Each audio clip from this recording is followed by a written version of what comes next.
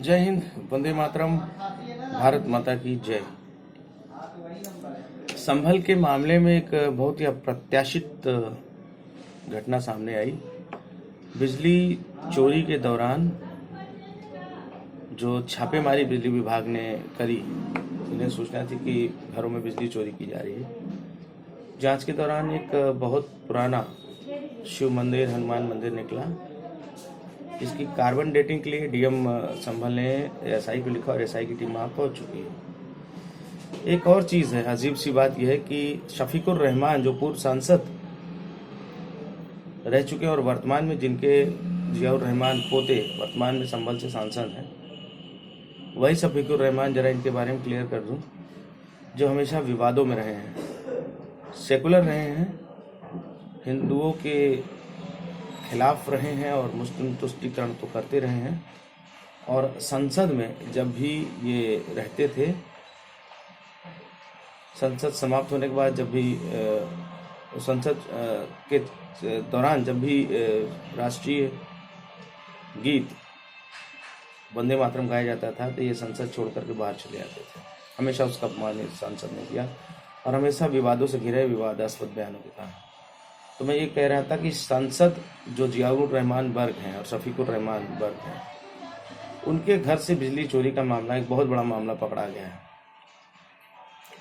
2 kilowatt का जो connection है वो इनको अलॉट था और आश्चर्य की बात यह है उनके यहाँ बड़े बड़े जनरेटर भी थे और एसी और फ्रिज वो सब तो ठीक है, बड़े बड़े जनरेटर थे।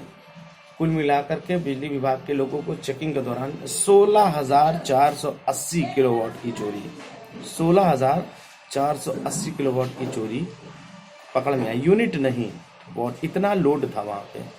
पता नहीं ये पूरे संभल को लाइट बांट रहे थे या अपने घर में यूज़ कर रहे थे या कौन सी तकनीक का इस्तेमाल कर रहे थे, तो जांच का विषय है।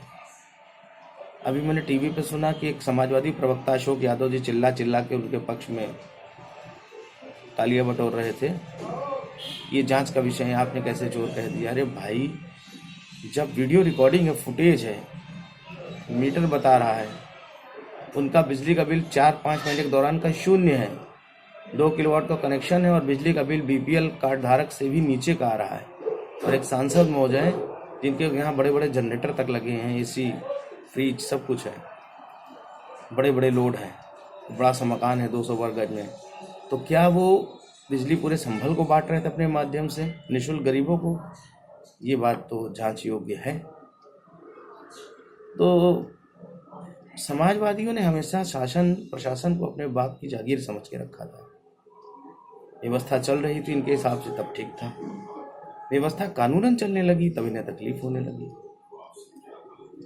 पुलिस ने जब छापा मारा बिजली विभाग की टीम के साथ इनके घर में, तो बढ़ऊ सांसद शफीकुर रहमान पता नहीं जीवित है कि नहीं, उनके आवाज़ से सांसद के घर के लोग, शायद जियाउर रहमान उस समय होंगे, वो खुद धमकी दे रहे थे पुलिस विभाग के लोगों को, बिजली कर्मचारियों को धमकी दे रहे थे।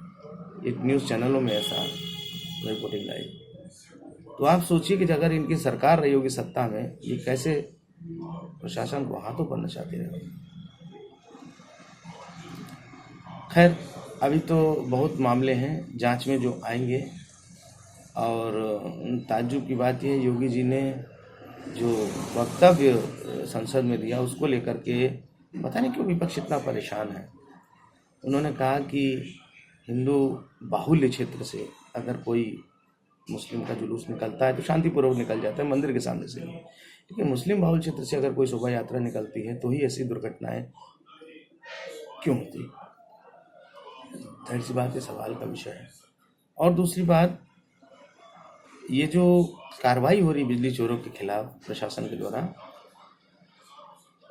अजीब चीज़ ये थी कि सांसद शफीकुर रहमान बर्ग के आसपास पूरी पैरामिलिट्री तैनात थी, बड़ी फोर्स थी। तो आप समझ जाइए कि इस तरह के चोरों को पकड़ने में भी सांप्रदायिक सौहार्द बिगड़ने का डर है, ये शासन प्रशासन महसूस करता है।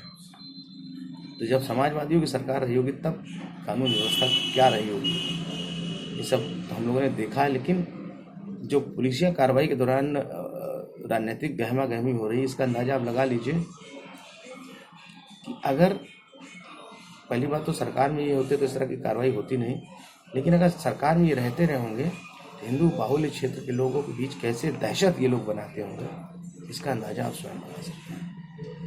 बाकी जो कार्रवाई प्रशासन और शासन कर रहा है उससे आम ईमानदार जनता तो पूरी तरह संतुष्ट है। भ्रष्ट बेईमानों की तो बात ही अलग है, उनको तो मैं नहीं बता सकता। तो योगी जी जिंदाबाद, कार्रवाई करते रहिए। जय हिंद, वंदे मातरम।